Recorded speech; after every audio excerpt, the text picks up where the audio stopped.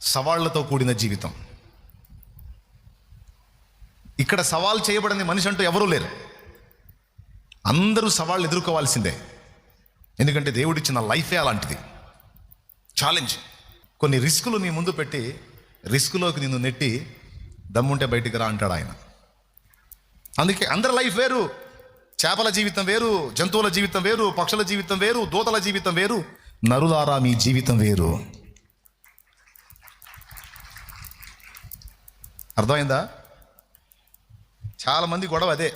నాకెందుకు ఈ పరిస్థితులు, నాకేంది ఈ బాధలు, నాకేంది ఇబ్బందులు అనేవాళ్ళు. కొంతమంది ఆకాశం వైపు చూసి అసలు దేవుడా నన్ను ఎందుకు పుట్టించా అని అడిగేవాళ్ళు. తమ జీవితాన్ని గురించి తమను తాము నిందించుకునేవాళ్ళు, దేవుడిని నిందించేవాళ్ళు. ఇట్లా రకరకాలు. ఒప్పుకుంటారా దీన్ని? ఎంతమంది ఒప్పుకుంటారో చేతులు ఎత్తండి. ఇంకో చేయి కూడా ఎత్తి స్తోత్రం చెప్పండి.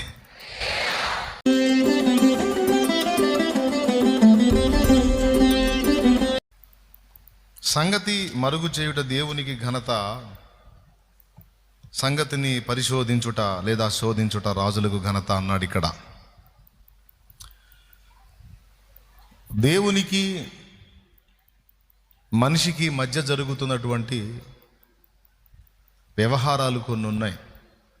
అందులో ఒకటి ఇక్కడ ప్రస్తావించాడు. సంగతి మరుగు చేస్తాడట దేవుడు. సంగతిని మనకు అందుబాటులోకి తీసుకొచ్చి పెట్టడు, మనకు అందనివ్వడు.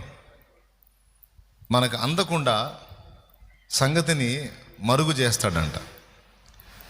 అలా మరుగు చేయటం దేవుని గొప్ప. అయితే దేవుడు మరుగు చేసినటువంటి సంగతిని శోధించుట, దాన్ని సాధించుట మనిషికి గొప్ప. ఇద్దరు సవాలు గురించి మాట్లాడుతున్నారు. దేవుడు మనుషుల్ని సవాల్ చేస్తున్నాడు. మనుషుడు దేవుడిచ్చే సవాల్ని స్వీకరించి తన పని కూడా తను జరిగిస్తున్నట్టు ఇక్కడ మనకి అర్థమవుతుంది.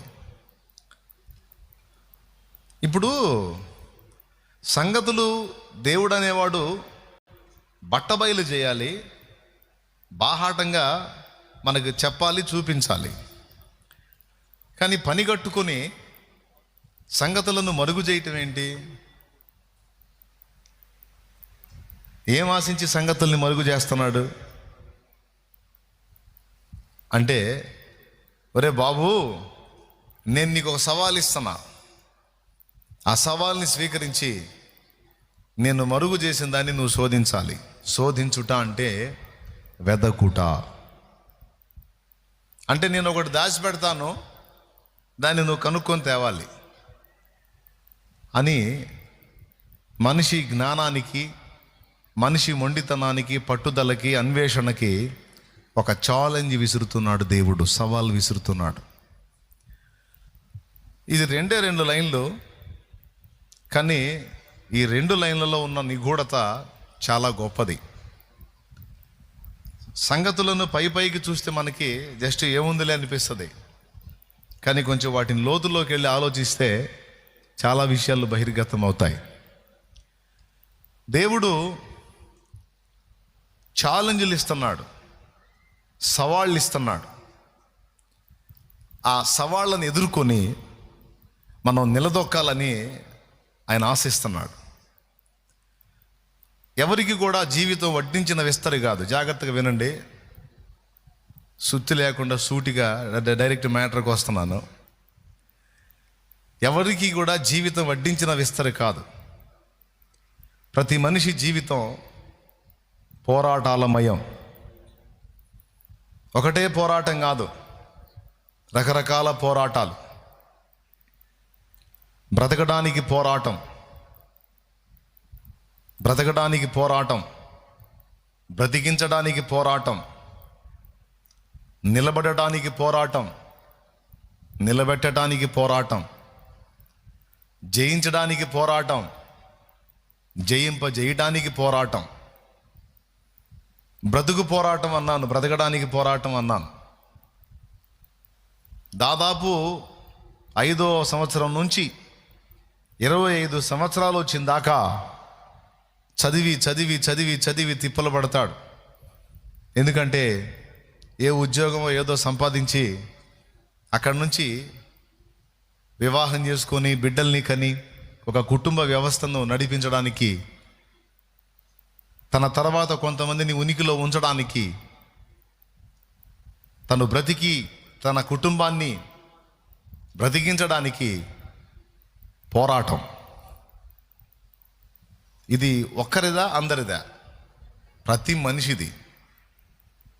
చదువు ఆడవాళ్ళు చదువుతున్నారు, మగాళ్ళు చదువుతున్నారు. అంటే లేడీస్ ఎందుకు చదువుతున్నారు అంటే లేడీస్ కూడా అదే ఉద్దేశంతో, తను బ్రతకాలి, తన ఇంటి వారిని బ్రతికించాలి. పురుషుడు అందుకే చదువుతున్నాడు. కొంతమంది చదువుకోనోళ్ళు విద్య నేర్చుకుంటారు ఏదో ఒకటి. ఇదంతా ఎందుకు అంటే బ్రతుకు పోరాటం, బ్రతకడానికి, తన కుటుంబాన్ని బ్రతికించడానికి చేసే పోరాటం. ఒకటి అర్థమైంది. రెండవది నిలబడటానికి నిలబెట్టడానికి పోరాటం అన్నాను. నిలబడటానికి నిలబెట్టడానికి పోరాటం అన్నాను.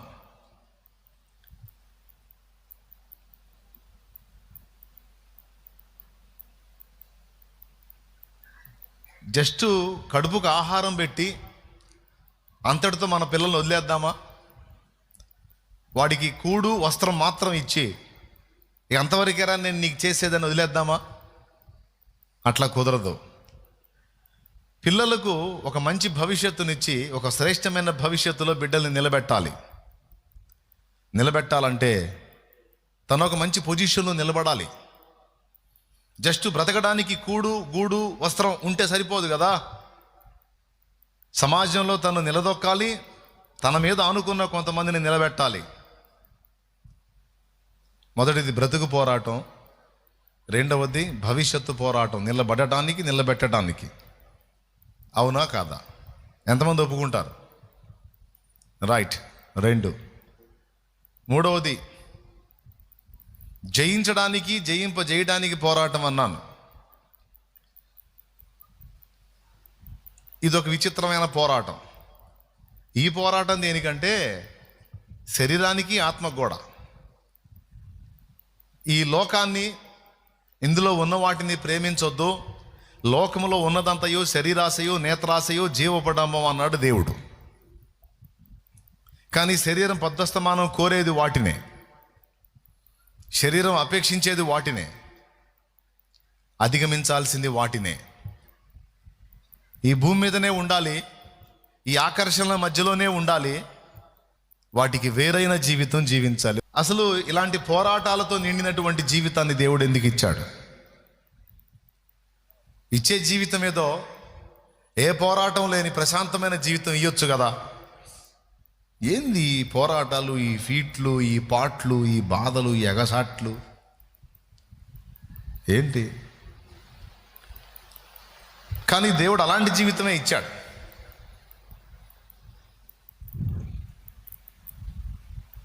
రెండవది సవాళ్లతో కూడిన జీవితం. ఇక్కడ సవాల్ చేయబడని మనిషి అంటూ ఎవరూ లేరు. అందరూ సవాళ్ళు ఎదుర్కోవాల్సిందే. ఎందుకంటే దేవుడిచ్చిన లైఫే అలాంటిది. ఛాలెంజ్ లేదా సవాల్ ఇవ్వటం అంటే రిస్క్ చేయడానికి నిన్ను పిలవటమే. అర్థమైందా? రిస్క్లోకి నిన్ను నెట్టటమే. కొంచెం అర్థం చేసుకోవడానికి ట్రై చేయండి. అసలే ఆల్ నైట్ నిన్ను కూర్చొని దీర్ఘాలు తీసేనట్టు నిద్రపోతారని నిలబడి చెబుతున్నా.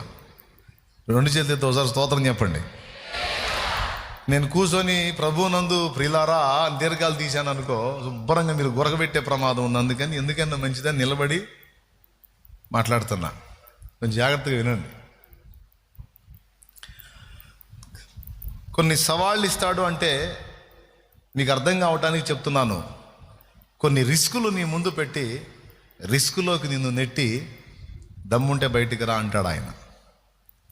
ఇప్పుడు మీరు నాకు చెప్పండి, అసలు సవాళ్ళు ఎదుర్కొని జీవితం ఇక్కడ ఏదన్నా ఉందా? రిస్కుల్లో లేకుండా, ఏ రిస్కు లేకుండా, ఏమండి పాలల్లో రస్కులు నంచుకొని తినేవాళ్ళు ఎవరైనా ఉన్నారా? ఎవరు లేరుగా. ఏమండి, రస్కులు నంచుకొని తింటాం కదా, అందరూ రిస్కుల్లోనే ఉన్నారు. ఎంతమంది రిస్కుల్లో ఉన్నారో చేతులు ఎత్తండి. చేతులు ఎత్తని వాళ్ళకి ఏ రిస్క్ లేదన్నమాట. నేను 2 చేతులు ఎత్తుతాను, నాకైతే అడుగడుగున్న రిస్కులే. దేవునికి స్తోత్రం, హల్లెలూయా. ఎందుకని ఈ సవాళ్ళు, ఎందుకు ఈ ఛాలెంజ్లు, ఎందుకు ఈ రిస్కులు? ఇవన్నీ లేకుండా శుభ్రంగా ప్రశాంతమైన జీవితం ఇవ్వచ్చు కదా అంటే, మరి ఎందుకో దేవుడు అలా ఇవ్వలా. ఎందుకనో ఏముందిలే. దేవుడు మనల్ని సృష్టించినప్పుడంట తన పోలిక చొప్పున తన స్వరూపమందు మనల్ని చేశాడని ఉంది. బైబిల్ గ్రంథంలో దేవుడు భక్తులకు ఎన్నిసార్లు ప్రత్యక్షమైన ప్రతిసారి నరస్వరూపిగానే కనబడ్డాడు. మీరు యెహెజ్కేలు గ్రంథం చూసినా, యెషయా గ్రంథం చూసినా, మీరు ఏ గ్రంథం, దేవుని ప్రత్యక్షత ప్రకటన గ్రంథం చూసినా, దేవుని స్వరూప దర్శనం అలాగే పంచకాండాల్లో చూసిన, నిర్గమాకాండములో ఇశ్రాయేలీయుల పెద్దలు 70 మంది మోషే అహరోన్లు యెహోవా దేవుణ్ణి, ఇశ్రాయేలీయుల దేవుణ్ణి చూచిరి అనుంది. ఏ గ్రంథంలో అయినా సరే దేవుడు తన స్వరూపాన్ని బయలుపరిచినప్పుడు నరస్వరూపిగానే ఆయన కనబడ్డాడు. దేవునికి స్తోత్రం కలుగును గాక. ఇప్పుడు మనుషుల్ని అంటారు, జంతువుల్ని అంటాయి, చేపల్ని అంటాయి. ఈ పెళ్ళి, పెటాకులు, ఉద్యోగం, వ్యాపారం, ఈ చదువు, సంధ్య మొదలైన ఈ తిప్పలన్నీ మనుషులకు ఉంటాయా, చేపలకు ఉంటాయా? ఎందుకు ఉంటాయి? మనిషికి పుట్టినోడు మనిషి పిల్ల కాబట్టి. చేపకు పుట్టింది చేప పిల్ల, దానికి ఈదటం ఒకటి వస్తే చాలు. అవునా? మనం మనుషులకు పుట్టాం కాబట్టి జ్ఞాన విచక్షణ, ఉచ్చ నీచాలు మొదలైన విషయాలన్నిటినీ గురించి మనకు అవగాహన ఉంది కాబట్టి మిగిలిన వాటన్నిటి లైఫ్లు వేరు, మన జీవితం వేరు. మనుషులంగా పుట్టాం, మనుషులుగానే బతకాలి, ఉచ్చ నీచాలు ఎరిగి బ్రతకాలి. జంతువుగా పుట్టలా. నాకేం అవసరం లేదు, వస్త్రాలతో కూడా పని లేదు, అలా తిరుగుతానంటానికి. సిగ్గు, శరం, కాస్త మంచి మర్యాద, పద్ధతి, సంస్కారం అనేవి మనుషులకు ఉంటాయి కదా. కాబట్టి మనం మనిషి పిల్లల్లా పుట్టాం కదా. కాబట్టి ఈ రిస్క్ చేపలకు లేదు, జంతువులకు లేదు, పక్షులకు లేదు. స్తోత్రం. ఎప్పుడన్నా ఏ గేదన్నా ఫీల్ అయిందా? మా యజమాని ఎన్నిసార్లు ప్యాంట్లు వేసుకున్నా, నాకు ఒకసారైనా ప్యాంట్ వెళ్ళలేదని ఏ గేదైనా ఫీల్ అయిందా? స్తోత్రం. మా మేడం ఎప్పుడు చీర కడతానే ఉంటుంది, ఒకసారన్నా నాకు చీర కట్టి పైట వేయలేదని అంటుందా? ఏ గేదె అనదో. దున్నపోతే ఎప్పుడు అనలేదు, బ్రదర్ ఎప్పుడు ప్యాంట్ వేసుకుంటా, నాకు ఒకసారన్నా ప్యాంట్ అంటదా? కనీసం లుంగి అన్న కట్టు బ్రదర్ అంటదా? అవసరంలా దానికి ఏమన్నా కట్టినా పట్టించుకోదు అది. ఎందుకంటే అది జంతువు గనుక. బాగా వినండి. అలాగే చేపలు కానీ, పశుపక్షాదులు కానీ, నేల ప్రాకిడి పురుగులు కానీ, వేటికి అవి లేవు. కానీ మానవుడి కొన్ని పద్ధతులు ఉన్నాయి, నీతి నియమాలు ఉన్నాయి, జ్ఞాన విచక్షణలు ఉన్నాయి. కాబట్టి మిగిలిన జీవుల్లాగా నేను ఉంటానంటే కుదరదు. ఎందుకంటే మనిషిగా పుట్టావు కాబట్టి మనిషికి ఉండే నీతి నియమాల్లోనే నా బ్రతుకు ఉండాలి. ఎందుకంటే మనం మనిషి పిల్లలం కాబట్టి. నేను ఇందాక మనం మనిషి పిల్లలంగా పుట్టాంగా అంటే మనుషులుగా జంతువులు పుడతారని అనుకుంటారు. అబ్బో ఇదేదో మర్మలాగా చెప్పాడని. జంతువులు పుడితే మనుషులకు పుట్టాం కాబట్టి అనగానే మీరు తేలిగ్గా ఆలోచించుకొని ఉంటారు, ఇంత మాత్రం మాకు తెలియదా అయిందని. వాటికి లేనిది మనకుంది. ఏమిటి? ఆత్మ. అవి ప్రాణులు. మనం ఆత్మలో.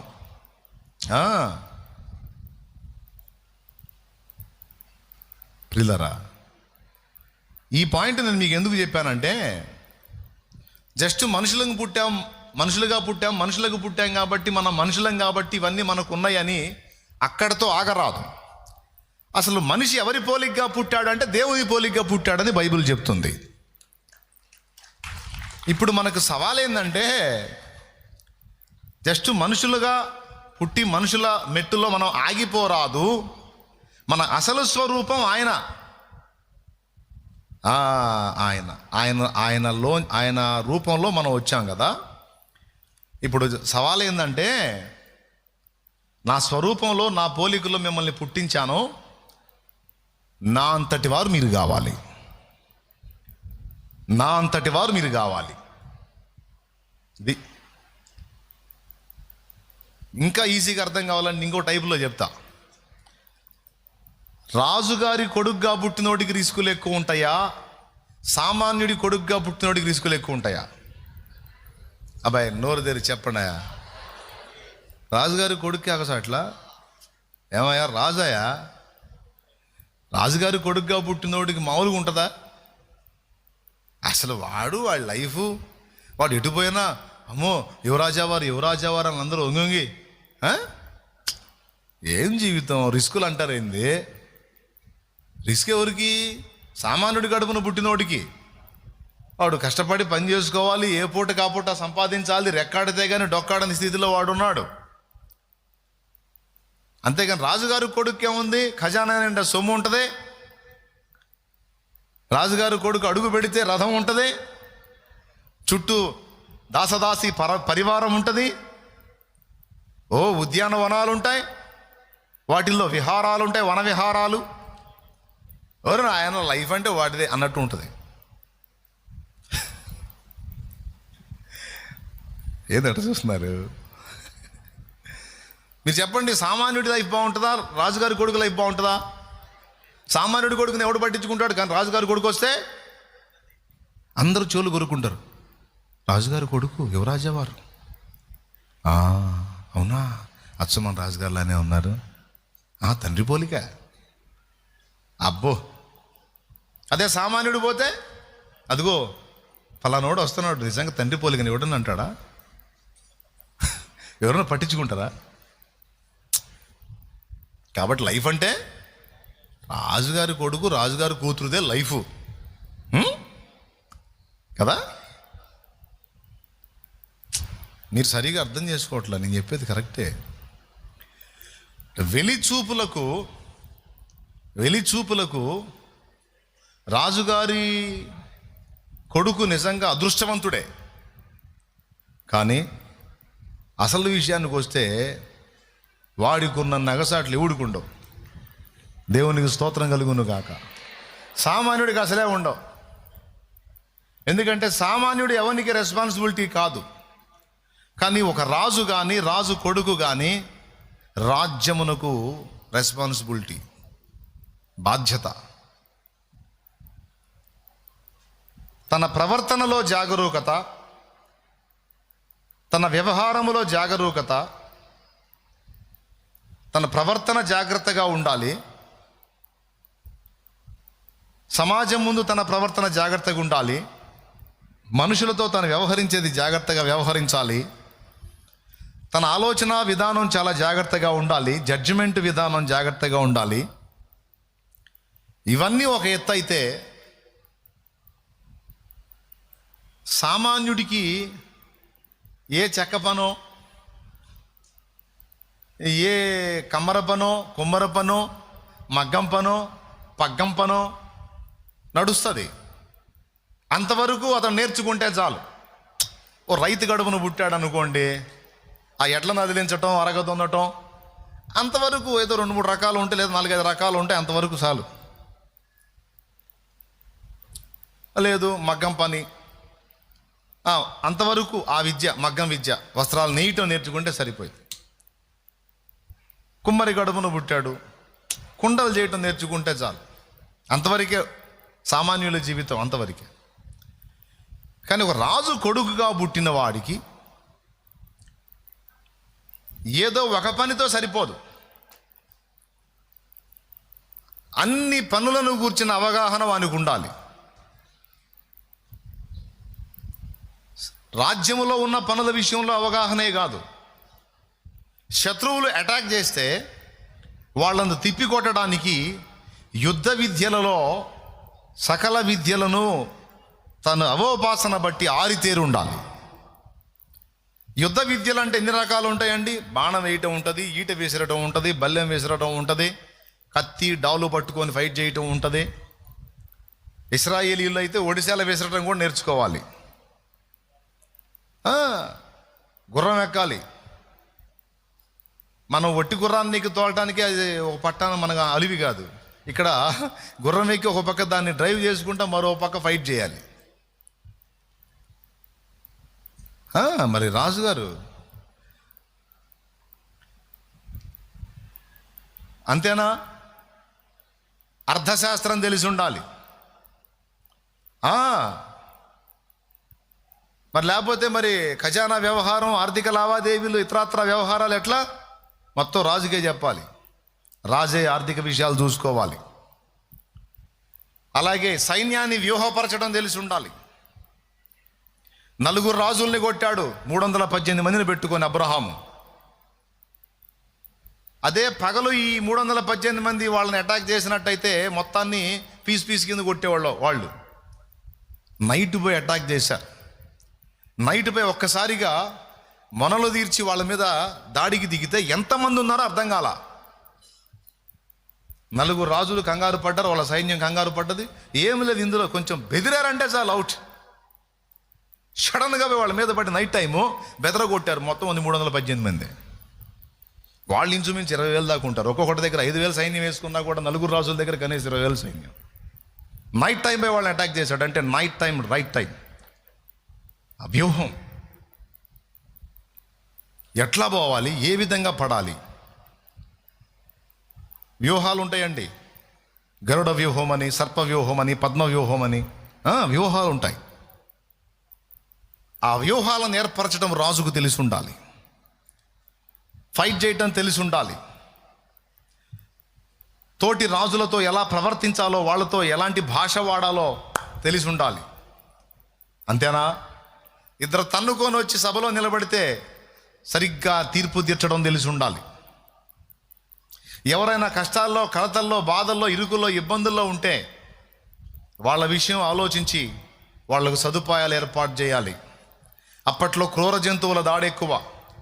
పులి వచ్చినా, సింహం వచ్చినా ఈ ప్రజలందరూ వచ్చి, అయ్యో మహారాజా, క్రూరసింహం మా పిల్లల్ని చంపేస్తుంది, మా ప్రాణాలు తీస్తుంది అని పోయి రాజుకు చెప్తే రాజే పోవాలి వేటాడటానికి.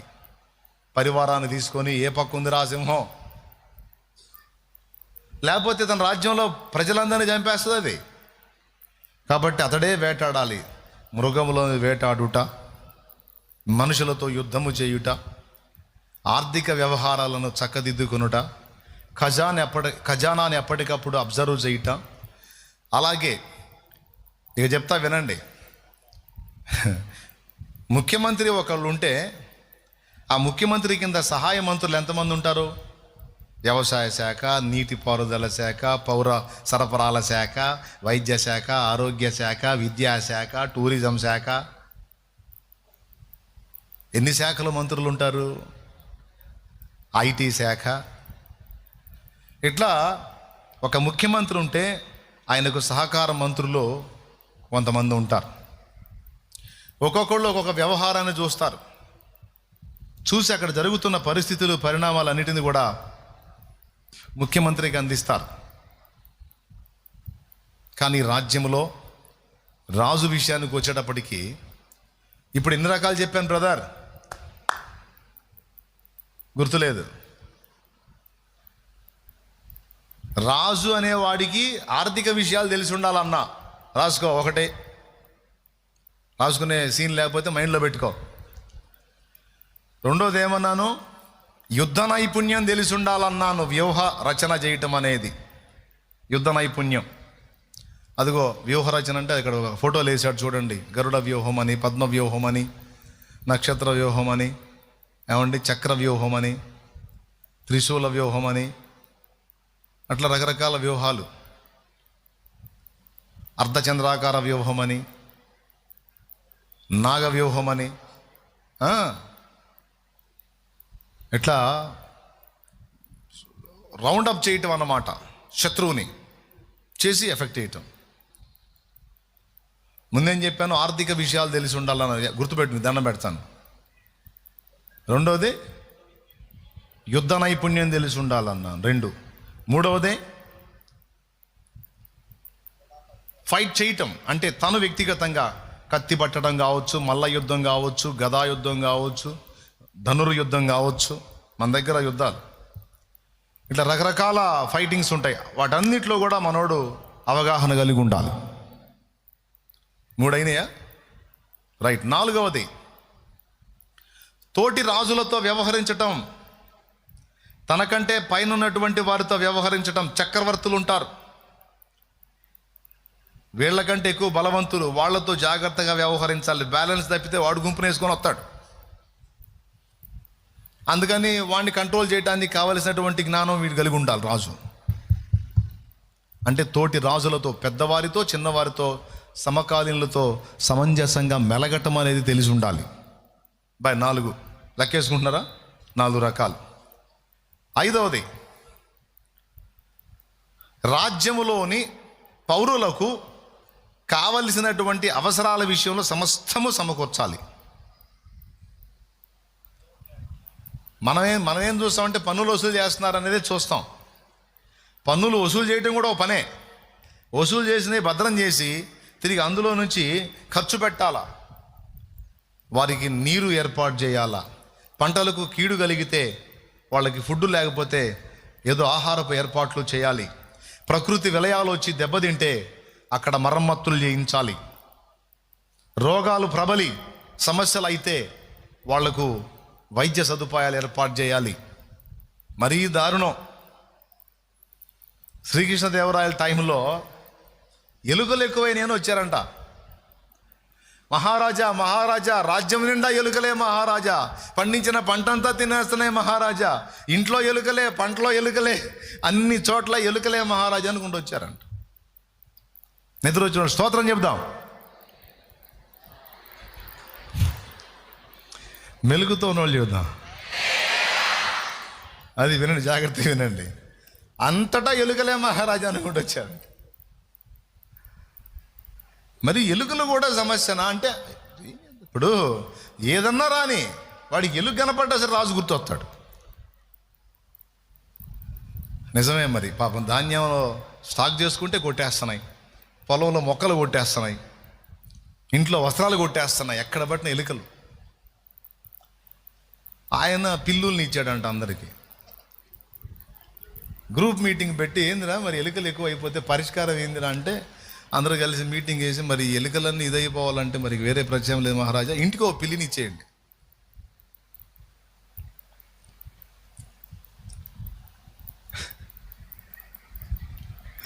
అంటే అందరికీ పిల్లులు శాంక్షన్ చేశాడు. శాంక్షన్ చేసిన తర్వాత మళ్ళీ వచ్చారు, మహాప్రభు మహాప్రభు, మాకే ఆహారం లేకపోతే ఈ పిల్లికి పాలు ఎక్కడ పోసేవని. ఊరి పిల్లికి పాలు కష్టమైందా? అవును మహారాజా, పిల్లికి పాలు కష్టమైపోయింది. సరే ఇంటికి ఒక గేదెని ఏంట్రా అన్నాడు.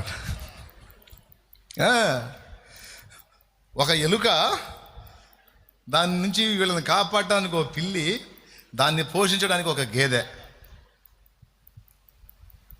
శాంక్షన్ చేయండి అన్న అంట. ఇంకా గేదెలు సరఫరా కాల. ఈ తెనాలి రామకృష్ణ కవి ఉంటాడుగా, ఆలోచన చేసి ఏది రాజు పిచ్చి పనులు చేస్తున్నట్టున్నాడు అంటే, మరి వాళ్ళు ఏదొచ్చినా సరే వచ్చి రాజు దగ్గరే పడుతున్నారు. సరే ఇంటికి ఒక గేదె అన్నాడు కదా, సరే గేదెల్ని ఇచ్చారు, ఇంటికి ఒక గేదెని ఇచ్చారు. ఏమన్నాడు తెలుసా మహారాజు, ఇదిగో గేదెలను ఇస్తున్నా, వాటి పాలతో ఈ పిల్లుల్ని బలంగా మేపి 1 నెల రోజులు చక్కగా మేపి వాటిని నా దగ్గరికి తీసుకొని చూపించాలి మీరు అన్నట్ట. పాలు బాగా తాపి అందరూ నెల రోజులు వాటిని బాగా ఉదయం మధ్యాహ్నం సాయంత్రం బాగా పాలు పోసి గేదె పాలని వాటికి పోసి బాగా ఒక్కో దుక్కలాగా చేసి తయారు చేశారు మొత్తం. అందరి పిల్లులతో పాటు తెనాలి రామకృష్ణ కవి కూడా పిల్లినిచ్చాడు. అతను కూడా పిల్లిని తీసుకొచ్చాడు.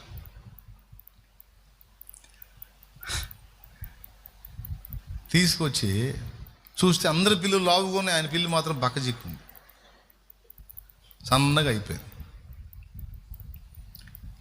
ఏమి రామకృష్ణ కవి, అందరి పిల్లులు దుక్కలాగా ఉన్నాయి, నీ పిల్లేంది బక్క చిక్కుందన్న. ఏముంది మహారాజా, మీరేమో గేదెను తోలారు, నా పిల్లేమో పాలు తాగదన్నట్ట. మీరేమో గేదెను తోలారు, గేదె పాలు ఇస్తుంది, నా పిల్లి పాలు తాగదన్నాడంట. పాలు తాగని పిల్లి ఉంటుందా అన్నాడంట. నా పిల్లి తాగదు సార్ అన్నాడంట. ఎట్లనాయా అంటే, అంతే సార్ నా పిల్లి పాలు తాగదు. చూడండి కావాలంటే, అరే పాలు తీసుకురంట. తీసుకొచ్చి దాని ముందు పెడితే నిజంగా తాగట్లేదు అది. దాని ముందు ప్లేట్లో పాలు కనపడంగానే సత్తా బతుకు పరిగెత్తింది అది. మొత్తానికి ఏదో చేశాడన్న అనుమానం వచ్చింది ఈయనకి, రాజుకి. నా జీవితంలో పాలు చూసి పారిపోయిన పిల్లిని ఇంతవరకు చూడలేదు రామకృష్ణ కవి, ఏం చేసావు దాన్ని అన్నాడు. ఏం చేసేది మహారాజా, తాగదంటే మీరు నమ్మకపోతే చూశారుగా తాగదంతే అన్నట్టు. మామూలుడే కాదయ్యా నువ్వేం చెప్పాలనుకుంటున్నావు చెప్పవయ్యా, ఎందుకు ఈ గొడవ అంటే, మహారాజా అసలు పిల్లుల్ని ఎందుకు ఇచ్చారన్నాడు. ప్రజలకి పిల్లుల్ని ఎందుకు ఇచ్చారంటే ఎలుకల్ని వేటాడటానికి. మరి ఎలుకల్ని వేటాడి చంపుకొని తింటే వీటి కడుపు నిండిద్ది, అక్కడ ఎలుకలు పెడతా తగ్గిద్ది. నువ్వు పిల్లిని ఇస్తేవి, పిల్లి కడుపు నిండా పాలు పోయటానికి గేదెని ఇస్తేవి, శుభ్రంగా తాగి పండుకుంటుంది కానీ వేటాడిద్ది అది. ఉరి కరెక్టే కదా, కరెక్టేనా? అరే అందరు గేదెలు వాపస్ ఏంట్రా, మొత్తం గేదెలు వచ్చేయాలి మొత్తం.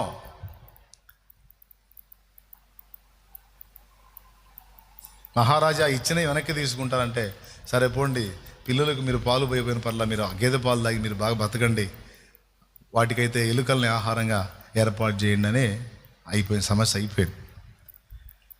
అయిపోయిన తర్వాత రామకృష్ణ కవిని అడిగాండి, సరే కేసు మాఫీ అయిపోయింది, సమస్య పరిష్కారం అయిపోయింది, అసలు పిల్లి పాలు తాగకుండా ఉంటుంది ఏంటి, నాకు వింతగా ఉందంటే, ఏం లేదు మహారాజా, నువ్వు ఇచ్చావు కదా, 4 రోజులు దాన్ని ఎండగట్టా,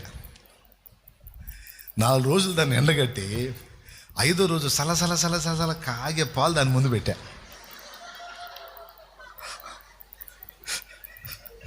4 రోజులు అది ఆకలికి నకనకలాడి పాల వాసన తగలగానే ఆవేశంగా పోయి మూతి పెట్టింది, దానికి సర్రమని కాలింది. ఇంకంతే, ఇక ఎప్పుడు పాలు చూసినా సరే పరారైపోతుంది.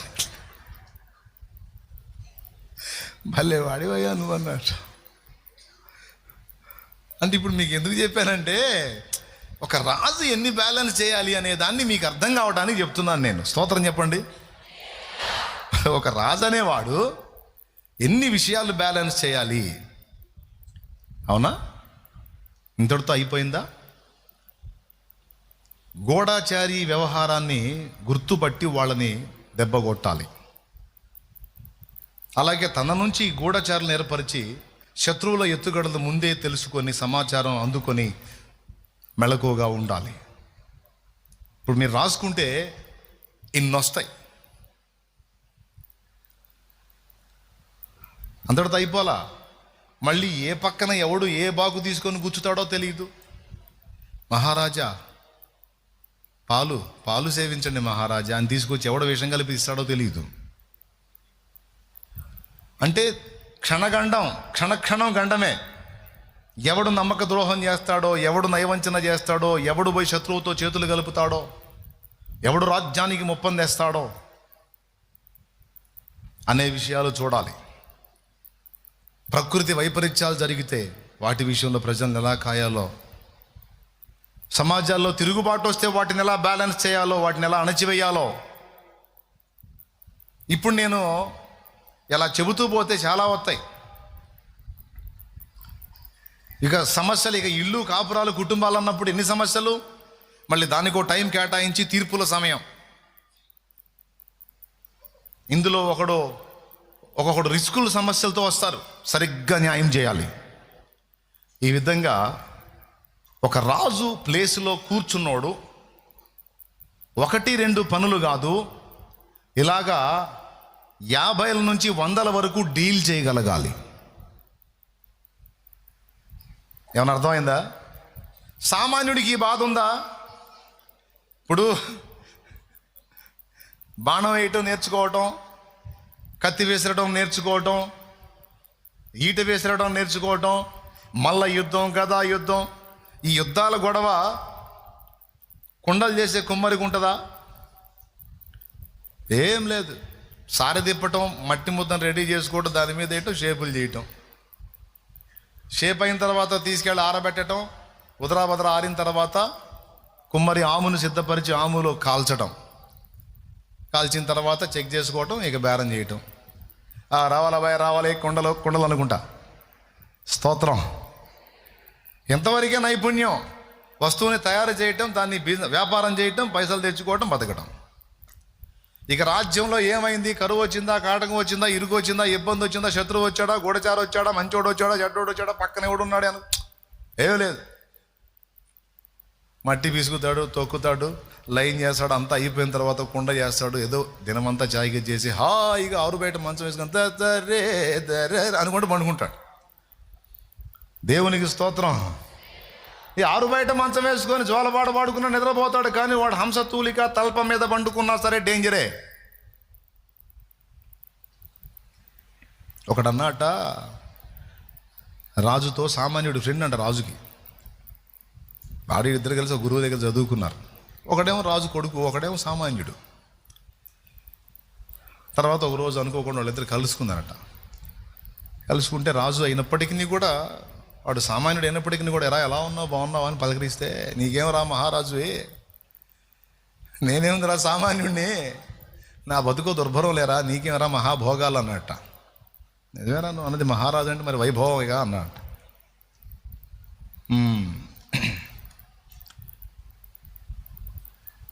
సరే కానీ ఒక్కరోజు నిన్ను మహారాజుని చేస్తా, నా భోగం చూస్తావా అన్నాడట. ఒక్కరోజు నిన్ను మహారాజుని చేస్తా, నా భోగం చూడరా అన్నట్ట. నవ్వుతా మాట్లాడుకున్న మాటలు సీరియస్ అయిపోయినాయి. నిజంగా చేస్తావా అన్నాడు వీడు. అవును చేస్తాను రా అన్నాడు. అయిపోయింది. అందరికీ ప్రకటించాడు, ఇక ఈ ఒక్కరోజు ఇతనే మహారాజు అని. ఇక ఆ సింహాసనం మీద కూర్చోబెట్టారు, అక్కడ కార్యక్రమాలు అయిపోయినాయి. అంతా ఇక ఆ రాజు చేసే పనులన్నీ అయిపోయినాయి. చివరికి భోజనం దగ్గరికి వచ్చాడు. భోజనం దగ్గర టేబుల్ మీద అన్నీ ఉన్నాయి, ఇద్దరి నుంచి అదరికి రకరకాల తినుబండారాలు. వీడికి నోరు ఊరిపోతుంది. అబ్బా ఏమున్నాయి రాని, మనోడికి రాజు కూర్చునే ప్లేస్లో కూర్చోబెట్టారు, అంత సూపర్గా ఉంది. అవన్నీ ముందు పెట్టి, ఒకరోజు మహారాజా భోంచేయండి అన్నారు. ఒకరోజు మహారాజు ఏంటి, ఒకరోజు మహారాజు. సరే తింటా ఏం చేశాడంటే, అట్లా చూస్తా పైకి చూశాడు. పైకి చూస్తే ఒక సన్నని వెంట్రుకంత మందంలో ఉన్న దారానికి కత్తి వేలాడుతుంది, పదునైన కత్తి. ఎక్కడా వాడి తల మీద. ఇవన్నీ ఉన్నాయి ముందు. అది పైన వేలాడుతూ అటు ఇటు తిరుగుతూ ఉంది. ఇవన్నీ వదిలిపెట్టి పైకి చూడటం సరిపోయింది వాడు. ఏనంటాడు, పక్కన కూర్చొని తినరా అంటాడు. ఏందిరా తినేది, అది ఎక్కడ తెగిద్దో, మెడలో గుచ్చుకుంటుందో, తలలో గుచ్చుకుంటుందో, ఎక్కడ గుచ్చుకుంటుందో అర్థం కావట్లేదు. సరిగ్గా నా నెత్తి మీద పెట్టారు. ఎట్రా తినేదంటే, ఎవరికో అది ఏడో పైన ఉంది, నీకెందుకు తినరా. పాపం వాడి కళ్ళ ముందు ఎన్నో ఉన్నాయి, కానీ తినబుద్ధి కావటంలా. ఎందుకంటే కొంచెం గాలి బలంగా తోలిందంటే, అది పుట్టుకున్న తెగిందంటే ఈ డౌట్. బరువైన కత్తి, వాడి అయిన కత్తి, పదునైన కత్తి. నన్ను ఒకరోజు మహారాజు అని చెప్పి నాకు ఈ సావు వ్యవహారం చేస్తావా? అది ఆ వెంట్రుకతో వేలాడుతుందా, తెగితే ఏమన్నా ఉందా అంటే, అవన్నీ పట్టించుకోవకురా, తినరా, నా వల్ల కాదన్నట్టు. పక్కన కుర్చీలో కూర్చొని తింటాను. రాజు కుర్చీ, ఇక్కడే కూర్చోవాలి నువ్వు. అప్పుడు వాడుగా సైలెంట్ అయిపోయాడు. అప్పుడు చెప్పాడు, రే అన్నీ ఉన్నాయి నాకు, కానీ ఎనీ టైం నా నెత్తి మీద కత్తి వేలాడుతుంది. అన్నీ ఉన్నాయి కానీ ఏది తృప్తిగా అనుభవించలేనురా, నా పని అది అన్నట్టు. నువ్వు హాయిగా రే అంతా నిద్రపోతావు, కానీ నన్ను మధ్యరాత్రి వచ్చి తలుపు తడతారు, వెళ్ళి జనాల్ని డీల్ చేయాలి నేను. మధ్యరాత్రి సమస్య, మహారాజా ఫలానా ఏరు పొంగి ఊరి మీద పడింది, ఇల్లు కొట్టకపోయినా మహారాజా, వాళ్ళంతా నిరాశ్రయులయ్యారంటే అప్పుడప్పుడు మహారాజు లేచి తక్షణమే వాళ్ళ ఫలానా ప్రాంతానికి పంపించండి, రాజాజ్ఞ అనగానే అప్పుడప్పుడు గదిలి మొత్తాన్ని అట్లా చేర్చాలి. వాళ్ళందరూ చేరారన్నప్పుడు పోయి పండుకోవాలి.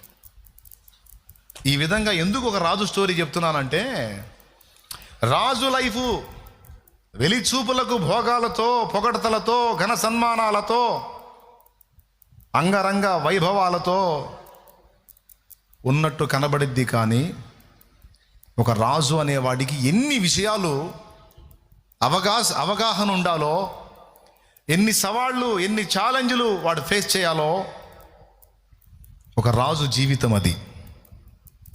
ఓకేనా? ఇప్పుడు సామాన్యుడి లైఫ్ తీసుకుందాం. ఇవన్నీ ఉన్నాయా?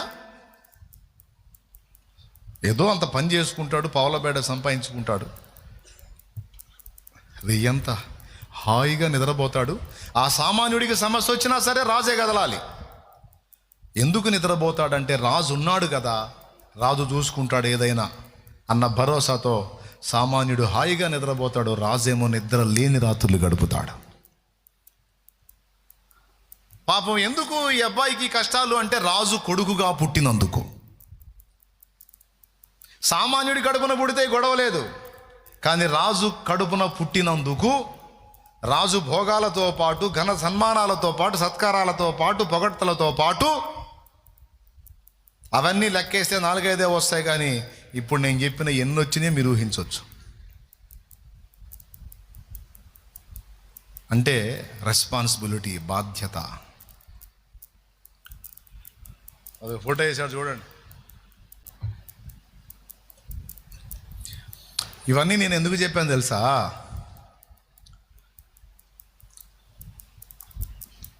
దేవదూతల లైఫ్లు చూస్తేనేమో అద్భుతంగా ఉన్నాయి, ఎంజాయ్. పక్షులను చూస్తేనేమో రెక్కలు ఉన్నాయి, సింహాలను చూస్తేనేమో పంజాలు ఉన్నాయి, చేపలను చూస్తేనేమో వాటికి సముద్రమే ఉంది, మనుషుల్ని చూస్తేనేమో అన్ని ఎగసాట్లే ఉన్నాయి. పక్షికున్న రెక్కలు మనకు లేవు, సింహంకున్న పంజా మనకు లేదు, దేవదూతలకున్న భోగాలు, మహిమలు మనకు లేవు. మళ్ళీ మనం దేవుని స్వరూపమందు, దేవుని పోలికగా పుట్టిన వాళ్ళం. కానీ ఎవరికీ లేని తలనొప్పులు, బాధలు, ఇరుకులు, ఇబ్బందులు, కష్టాలు, కన్నీళ్లు, ఏడుపులు, పెడబొబ్బలు, నిందలు, అవమానాలు, శోధనలు, కరువులు, కాటకాలు, ఖడ్గాలు ఇవన్నీ మనకే.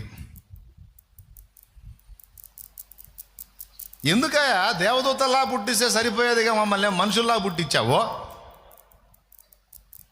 అడుగుదామా?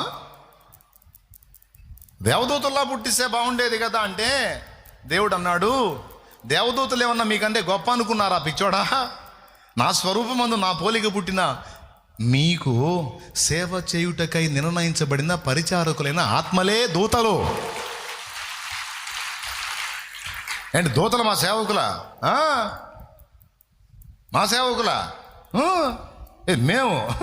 మేము మా బతుకు, మా అవతారం, దూతలు మాకు సేవకులు, నువ్వు చెప్పటం మేము వింటాం అంటే లేఖనము నిరర్ధకము కానేరదు కదా. హెబ్రీ పత్రిక 1వ అధ్యాయము 14వ వచనం ఏమంటుందో ఒక్కసారి చూడండి. వీరందరూ రక్షణను స్వాస్థ్యము పొందబో వారికి పరిచారము చేయుటకై పంపబడిన సేవకులైన ఆత్మలు కారా? అద్దుగద్దుగు, అది దేవదూతల పరిస్థితి. వీరందరూ రక్షణయను స్వాస్థ్యము పొందబో మనకందరికీ సేవ చేయుటకై నిర్ణయించబడినటువంటి పరిచారకులైన ఆత్మలు, దేవదూతలు. అంటే ప్రజెంట్ వాళ్ళు మనకంటే ఎక్కువ మహిమలో కనపడుతున్నారు, మనకంటే ఎక్కువ శక్తులు ఉన్నట్టు కనపడుతున్నారు. మనకేమో ఏ శక్తులు లేవు. ఒక దేవదూత నిలబడితే చీకట్లో మెరుపు మెరిస్తే పట్టపగల్లాగా మధ్యరాత్రి కనపడిద్ది, మధ్యరాత్రి మెరుపు మెరిస్తే భూమి మీద శవం కూడా కనపడిద్ది. అంత కాంతి ఉంటుంది, మెరుపు కాంతి. యేసు ప్రభు పునరుద్ధానుడై లేచినప్పుడు సమాధి అడ్డుగా పెట్టినటువంటి రాయి మీద దూత కూర్చున్నాడు, అతని ప్రకాశము మెరుపు వలె ఉండెను అనుంది మత్తయి సువార్త 28లో. అతని స్వరూపము మెరుపు వలె ఉండెను అన్నాడు. అంటే మెరుపు మెరిస్తే, ఎప్పుడన్నా మధ్యరాత్రి మెరుపు మెరిసింది చూసారా మీరు? చూసారా? చూడలేదా? వానాకాలం వచ్చింది, ఏదైనా అదృష్టం బాగుంటే నైట్లో ఎప్పుడన్నా మెరుపులు మెరిస్తే అప్పుడు బయటికి వెళ్ళి చూడండి. పిడుగులు పడేటప్పుడు వెళ్ళవాకండి, మెరుపులు మెరిసేటప్పుడు వెళ్ళండి. స్తోత్రం. ఫెళ మెరిసింది కదా, ఆ మెరుపు వచ్చినప్పుడు చూస్తే మీరు పట్టపగల్లాగా రోడ్డు మీద, నేల మీద చీమలు కూడా కనపడతాయి మనకి, అంత కాంతి. అది ఒక దూత తేజస్సు. ఇప్పుడు మనం చీకట్లో పోయి నిలబడదాం, మనం కనపడతామా? కానీ దూత నిలబడితే ఆ ప్రాంతం అంతా పట్టపగలైపోయిద్ది. మనం నిలబడితే మనమే కనపడం. కానీ దేవుడు అంటాడు, నువ్వు దూత కంటే గొప్ప అంటాడు. ఆ దూత నీకు పరిచారం చేయడానికి నేను ఏర్పరిచిన వాడు. నువ్వు రక్షణ యందు స్వాస్థ్యము పొందిన నా కుమారుడివి, నా కుమార్తెవి అన్నాడు. ఎందుకు మరుగు చేస్తావు? ఎందుకు సవాళ్ళు ఇస్తావు? ఎందుకు పరీక్షలు పెడతావు? ఎందుకు రిస్కులో నెడతావు? ఎందుకయ్యా మాకు ఈ బాధలు అంటే, నువ్వు నా బిడ్డవి కాబట్టి, నువ్వు నా కుమారుడివి కాబట్టి, నా కుమార్తెవు కాబట్టి, నువ్వు నా వంటి దానవు, నా వంటి వాడవు కావాలి. అది అందుకే అందరి లైఫ్ వేరు. చేపల జీవితం వేరు, జంతువుల జీవితం వేరు, పక్షుల జీవితం వేరు, దూతల జీవితం వేరు. నరులారా మీ జీవితం వేరు.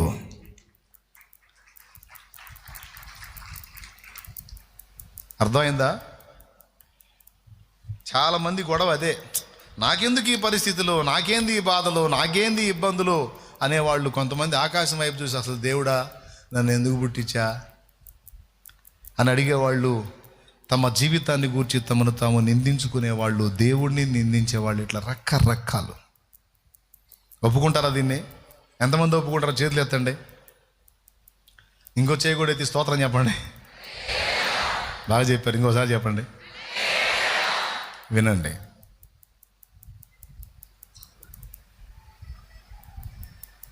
దూతలకు అప్పులు ఉన్నాయా? పోనీ దూతలకు నిందల అవమానాలు ఉన్నాయా? దూతలకు కుల వెలివేతలు ఉన్నాయా?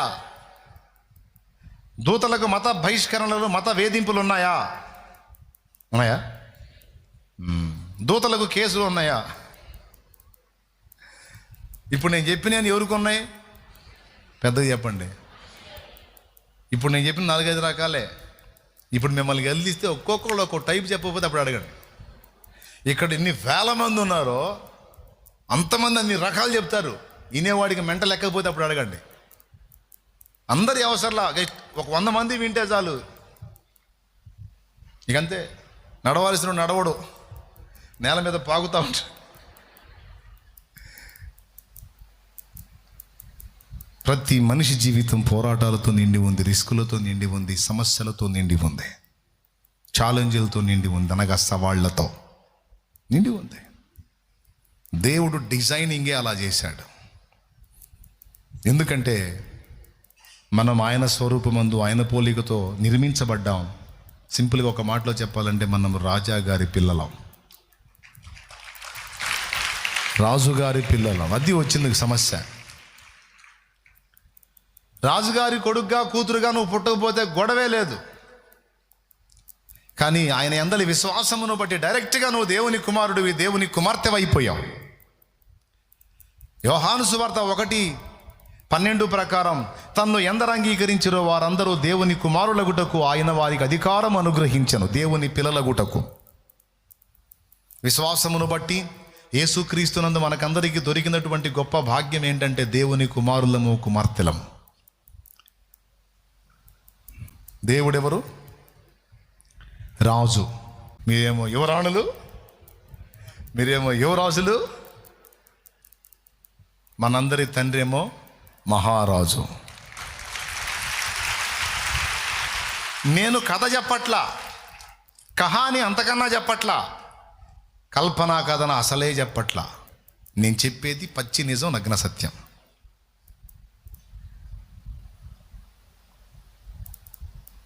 మరి ఇప్పుడు మనల్ని దేవుడు ఏం చేస్తున్నాడంటే, ఆయన సృష్టించిన కోటాను కోట్ల ప్రపంచాలు వేరు, మన సృష్టి వేరు, మన నిర్మాణం వేరు, మనకున్న అనుభవాలు వేరు, మనకున్న జీవిత విధానం వేరు, మిగిలిన ప్రపంచాల్లో ఉన్న జీవులు వారి జీవిత విధానాలు వేరు. ఏ ప్రపంచంలో కూడా మన అనుభవాలకు సరిపోయిన అనుభవాలు కలిగినటువంటి మరో ప్రపంచం లేదు. బాయ్ జాగ్రత్తగానండి, నేను ముగించబోతున్నా, ఎక్కువసేపు చెప్పను. డిసైడ్ అయ్యా, దేవునికి స్తోత్రం. మనతో ఈక్వల్గా అనుభవాలు ఉన్నటువంటి మరో ప్రపంచము లేదు. మరి దేవుడు సృష్టించిన ప్రపంచం ఒక భూప్రపంచమేనా? కాదు కాదు, కోటాను కోట్ల దూతల ప్రపంచాలు ఉన్నాయి. లెక్కకు మించిన కన్యకలు గలరన్నాడు. హెబ్రీ పత్రికలో ఆయన తన కుమారుని ద్వారా ప్రపంచమును కాదు ప్రపంచములను నిర్మించనన్నాడు. ప్రపంచములు, దేవుడు సృష్టించినటువంటి సృష్టిలో ఈ భూగ్రహం, భూమి మీద ఉన్నటువంటి మనుషులు మనమే కాదు, మనకంటే ఎక్కువ మహిమ కలిగి ఎక్కువ సంఖ్య కలిగినటువంటి వ్యక్తులు కోటాను కోట్ల ప్రపంచాలు. ఒకటి కాదు, రెండు కాదు, లెక్క పెట్టలేనన్నున్నాయట. దేవునికి మహిమ. కానీ వాళ్ళందరి లైఫ్లు వేరు, భూగ్రహం వేరు, భూగ్రహం మీద సృష్టించబడిన మానవుల జీవితాలు వేరు. ఎందుకు మనకి రిస్కులతో కూడిన జీవితం? ఎందుకు మనకి చేదైన అనుభవాలతో కూడిన జీవితం? ఎందుకు మనకి కన్నీళ్లతో కూడిన జీవితం? ఎందుకు మనకి ఆటుపోట్లు సవాళ్లతో కూడిన జీవితం? ఎందుకు ఇట్లాంటి పరిస్థితి వచ్చింది? ఎందుకు ఇలాంటి జీవితం వచ్చిందంటే దేవుడికి తెలియకుండా, దేవుడికి అర్థం కాకుండా రాలా, దేవుడికి పూర్తిగా తెలిసే వచ్చింది. ఒక ఉద్దేశం చొప్పున మనల్ని నిర్మించాడు, ఒక ఉద్దేశం చొప్పున మన జీవితాలను నడిపిస్తున్నాడు, ఒక ఉద్దేశము మనలో మన ద్వారా నెరవేర్చాలనే ఆయన కార్యాలన్నీ జరిగిస్తున్నాడు.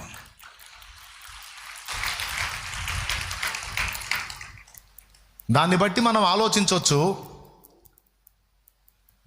నువ్వు రాజుగారి కొడుకువి, కూతురువి, యువరాణివి, యువరాజువి, నిజమే.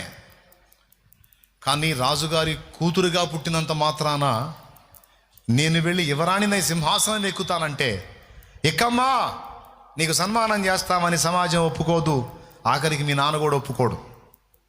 ఎందుకంటే మీ నాన్న స్వార్థపరుడు కాదు, అన్యాయస్తుడు కాదు, న్యాయవంతుడు. నిన్ను ఆయన కుమార్తెగా కన్నాడు, కలిగి ఉన్నాడు. కానీ సింహాసనం ఎక్కటానికి తగిన అర్హత నీకుందో లేదో ఖచ్చితంగా పరీక్షిస్తాడు. లేకపోతే ఆ స్థితికి సిద్ధపరిచి అప్పుడు ఎక్కిస్తాడు. ఎందుకయ్యా నాకే ఈ బాధలు, దూతలకు లేవు ఈ కష్టాలు, నాకే ఎందుకు ఈ బాధలు, పుట్టించేవాడు దూతలా పుట్టించకపోయావంటే అప్పుడు నీ లైఫ్ అంతా పరిచారకపు అనుభవంలోనే ఉండిపోవాల్సి వస్తుంది. కానీ నిన్ను ఆయన కొడుకుగా, కూతురుగా పుట్టించాడు కనుకనే ఇప్పుడు ఈ విద్యలన్నీ నువ్వు నేర్చుకోవాల్సి వచ్చింది. ఎందుకంటే రేపటి రోజున నువ్వు ఏ దేవదూతలు నీకంటే బెస్ట్గా ఉన్నారన్నావో ఆ దేవదూతలకే తీర్పు తీర్చే సింహాసనం మీద కూర్చుంటావు. 1 కొరింథీ పత్రిక 6వ అధ్యాయం 3వ వచనం. 1 కొరింథీ 6:3 చూడు. మనము దేవదూతలకు తీర్పు తీర్చుతామని ఎరుగరా? మనము దేవదూతలకు తీర్పు తీర్చుదామని ఎరుగరా? చాలు. మనం దేవదూతలకు తీర్పు తీర్చడం ఏంటి ఉందక్కడ? మనం దేవదూతలకు తీర్పు తీరుస్తామట. ఇప్పుడు చెప్పండి, దేవదూతలకు తీర్పు తీర్చాలి అంటే వాళ్ళని మించిన వాళ్ళమై ఉంటేనేగా, వాళ్లకు లేని అనుభవాలు మనకు ఉంటేనేగా, వాళ్లకు తెలియని సంగతులు మనకు తెలిస్తేనేగా, వాళ్లకు లేని జ్ఞానం మనకు ఉంటేనేగా మనం వాళ్ళని జడ్జి చేయగలం. లేకపోతే కష్టం కదా. రైట్. ఇప్పుడు చెప్పండి, మీకు జంతువుల జీవితం కావాలా, దేవదూతల జీవితం కావాలా, లేకపోతే మనిషి జీవితం కావాలా? కావాలంటే వచ్చిద్దా ఏంది? ఆల్రెడీ ఇచ్చాడుగా, ఆల్రెడీ మనిషిగానే పుట్టించాడు. ఇక నువ్వు వద్దన్నా మనిషివే, కాదన్నా మనిషివే, అవునన్నా మనిషివే. మనిషివైతే నీ లక్ష్యం అంతవరకేనా అంటే కాదు కాదు, నువ్వు మనిషిగా పుట్టావు కానీ నిన్ను దేవుడు తన స్వరూపమందు తన పోలిక చొప్పున నిర్మించాడు. మరి ఇప్పుడు వినాలి. ఇప్పుడు మూడవ పని మనలో చేస్తున్నాడు ఏంటంటే, ఆయన స్వభావాన్ని మన లోపలికి జొప్పించడానికి, మన లోపలికి రప్పించడానికి, మన వ్యక్తిత్వాన్ని ఆయన వల్ల తీర్చిదిద్దటానికి మనల్ని అనుభవాల్లో గుండా తీసుకెళ్తున్నాడు దేవుడు. అందుకే ప్రియులారా, ఎవరికి లేని సవాళ్ళు, ఎవరికి లేని ఛాలెంజ్లు మనకు ఎదురవుతాయి. ఎదురైనటువంటి ప్రతి సవాలు మన యోగ్యతను నిర్ధారిస్తుంది, అంతేకాదు మనకు అనుభవ పాఠాలు నేర్పిస్తుంది. నేను చెప్పేది కొంచెం మీకు లోతుగా ఉందో లేకపోతే సింపుల్గానే ఉందో నాకైతే తెలియదు. మనకు ఎదురయ్యే ప్రతి రిస్క్, ప్రతి సవాలు మన యోగ్యతను నిర్ధారిస్తుంది, దాంతోపాటు మనకు అనుభవ పాఠాలను నేర్పుతుంది. మనకు ఎదురయ్యే ప్రతి రిస్క్, ప్రతి సవాల్ అన్నాను నేను. ఇక అందరి జీవితాల్లో ఆ ప్రతికూలతలు అనేవి, రిస్కులు అనేవి, ఆ సవాళ్ళు అనేవి దేవుడు ఖచ్చితంగా రప్పిస్తాడు. రప్పించి అందులో మనం పాస్ అవ్వాలని కోరుకుంటాడు. నేను సంగతి మరుగు చేస్తా, నువ్వు దాన్ని శోధించి తీయాలి బయటికి. నువ్వు రీచ్ అవ్వలేని రిస్క్ నీకు ఇస్తా, నువ్వు రీచ్ అయి చూపించాలి దాన్ని నాకు. నువ్వు సాధించలేని పోరాటాన్ని నీ ముందు ఉంచుతా, దాన్ని సాధించి చూపించాలి. సవాల్ బేటా.